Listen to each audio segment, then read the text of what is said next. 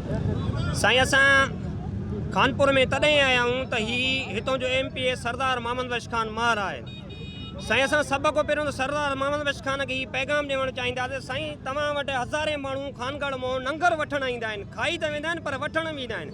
पर हीउ 368 मुलाज़िम अव्हांखे ॿुधाइणु चाहियूं था त हीउ लंगर खानो बंदि कयो।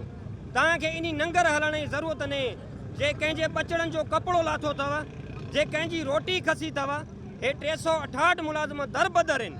हीउ कहिने ॾांहुं खणी वञनि, हिननि सभिनी खे ख़बर आहे। अरबे रुपए जो हेलीकॉप्टर काए बिलावल भुट्टो ज़रदारी साहब अव्हां वटि हिकिड़ी 50 रुपए जी चांहि पीअण अचे थो, तव्हां उन सां ॿ लफ़्ज़ सिर्फ़ु नथा ॻाल्हायो त साईं मां घोटकी ज़िले जो आहियां, तव्हां सभु वागूं घोटकी ज़िले जूं मूंखे ॾिनियूं आहिनि ऐं मां ज़िले जो वारिस आहियां। हीउ मुलाज़िम दर बदर आहिनि। 6 सालनि खां वठी करे हिननि जी पघार बंदि आहे। कंहिं बंदि कई आहे? सरदार मोहम्मद बख्श खान। मां अव्हांखे क्लियर ॿुधाइणु चाहियां थो त अव्हां बंदि कई आहे, दारेजन बंदि कई आहे। पघार 6 सालनि खां वठी बंदि आहे। अव्हां बार हिकु चकर कैंप लॻी आहे, ॿियो चकर कैंप लॻी आहे, टियों चकर कैंप खे हाणे 4थों महीनो थी वियो आहे। अव्हां FM ते आया हो, उते क्लियर ऐलान करे आया हो। साईं पघार बि अव्हां बंदि करायो था। बिलावल भुट्टो साहब खे बि अव्हां नथा चओ, तव्हां सिर्फ़ु हिकिड़ो लफ़्ज़ बिलावल भुट्टो साहब खे चओ त हीउ मुलाज़िमनि सां ज़ुल्म आहे, कार आहे। चलो ठीकु आहे, अव्हां नथा कयो, धारे जा करनि था, तव्हां उन्हनि खे चओ साईं धारे जा ॿाहिरि हीउ ज़ुल्म करनि था, हिननि जूं पघारां बहाल करनि। जॾहिं इन इदारे जो सेक्रेटरी हाई कोर्ट सखर में अची लिखी ॾेई वियो आहे त हिन मुलाज़िमनि जो अप्रूवल आहे। 13,500 पूरी सिंध में मुलाज़िम भर्ती थिया आहिनि। वाहिद जेको कहर ऐं ज़ुल्म आहे उहो घोटकी तालुके वारनि सां आहे। खानपुर में बि भर्ती थिया आहिनि साॻी तारीख़ ते, मीरपुर में बि थिया आहिनि, ॾहरकी में बि थिया आहिनि, उबावड़ो में बि थिया आहिनि, पन्याकिल में थिया आहिनि, सखर में थिया आहिनि, पर पूरी सिंध में 13,500 थिया आहिनि। ज़ुल्म छा घोटकी तालुके वारनि जो आहे? हिकु घोटकी तालुके वारा आहिनि।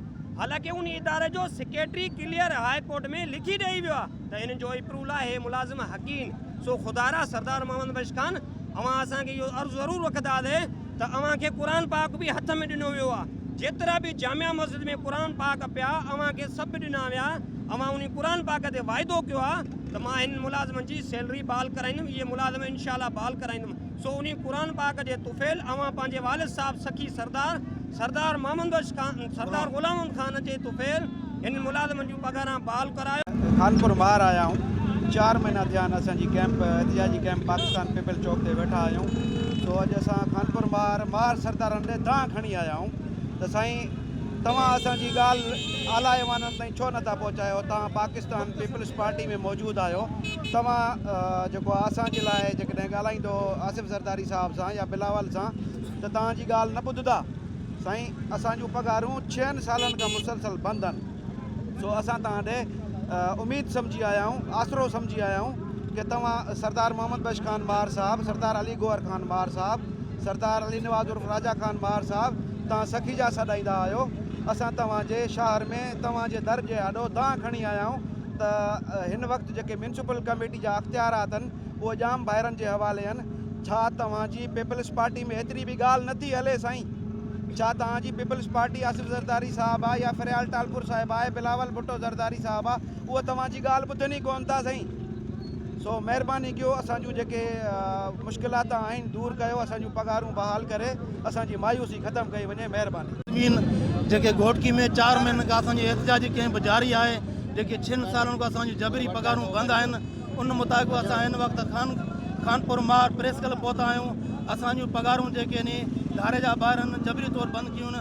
असां वक़्त वारनि खां इंतिज़ामिया खां वज़ीर आला सिंध ऐं सरदार मोहम्मद बख्श खान खे अपील था कयूं त ख़ुदा जे वास्ते असांजूं पघारूं बहाल करे असांजी फाका कशी ख़तमु कई वञे। घोटकी म्यूनसिपल मुलाज़िमनि जूं पघारूं गुज़िरियल 6 सालनि खां वठी बंदि आहिनि। असांजो हीउ एहतिजाजी जेको धरणो आहे पीपल चौक ते घोटकी में 119 ॾींहंनि खां वठी जारी आहे। 2019 में बग़ैर कंहिं सबब जे सियासी बुनियादनि ते घोटकी म्यूनसिपल मुलाज़िमनि जूं पघारूं बंदि कयूं वयूं। टी ही एहतिजाजी कैंप जेका आहे जारी आहे पीपल चौक ते। पहिरीं एहतिजाजी कैंप मोहम्मद बख्श खान मार साहब ख़तमु कराई, 3 ॾींहं जो चई करे तव्हांजो पघारूं बहाल करायूं था। ॿी असांजी एहतिजाजी कैंप आहे जेका उहा 75 ॾींहं जी तवील अरसे ताईं जारी रही, उहा बि सरदार मोहम्मद बख्श खान ख़तमु कराई, पर असांजूं पघारूं बहाल न थियूं। उन खां पोइ असांजी हिन जेका हलंदड़ एहतिजाज आहे इन दौरान ई मोहम्मद बख्श खान मार साहब जेको आहे रेडियो 91 घोटकी ते अची करे इहो पंहिंजो मौक़िफ़ ॾिनो त बिलावल भुट्टो साहब जो हुकुम हुयो त मुलाज़िमनि जूं पघारूं बहाल कयूं वञनि, पर हुन पुछो त मूंखे ख़बर न आहे त हिन महिल ताईं मुलाज़िमनि जूं पघारूं छो बंदि आहिनि। त आउं सरदार मोहम्मद बख्श खान मार साहब खां ऐं ॿियनि पीपल्स पार्टी जे आला क़यादत खां इहो पुछणु चाहियां थो, छा बिलावल भुट्टो ज़रदारी जो हुकुम हुयो त छा चेयरमैन जाम आसिफ़ रज़ाक धारे जो साहब उन खां ॾाढो आहे? छा पीपल्स पार्टी समूरी खां क़यादत खां उहो ॾाढो आहे? छा हू सरेआम शहीद ज़ुल्फ़कार अली भुट्टे जे मंशूर जो क़तल कंदो? छा उनखे केरु कुझु न चवंदो? 7 मुलाज़िम दिमाग़ जी रगू फाटण सबबु फौत थी आहे, हार्ट अटैक में फौत थी आहे।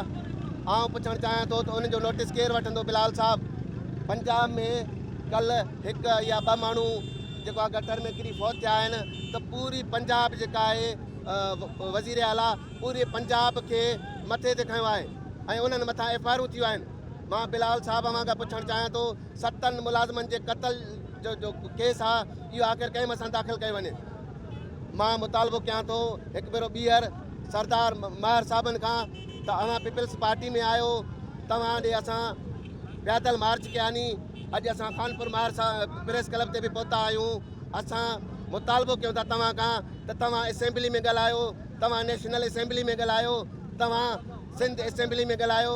ऐं मां नासिर शाह साहब खे इहो चवणु चाहियां थो त तव्हां बलदियाती वज़ीर आहियो, ॿियों चकर असांजी जॾहिं पहिरियों दफ़ो पघार बंदि थी बि तव्हां बलदियाती वज़ीर हुयो ऐं तव्हांजा ख़ुदि माण्हू बि इन घोटकी म्यूनिसिपल मुलाज़िमनि में शामिल आहिनि।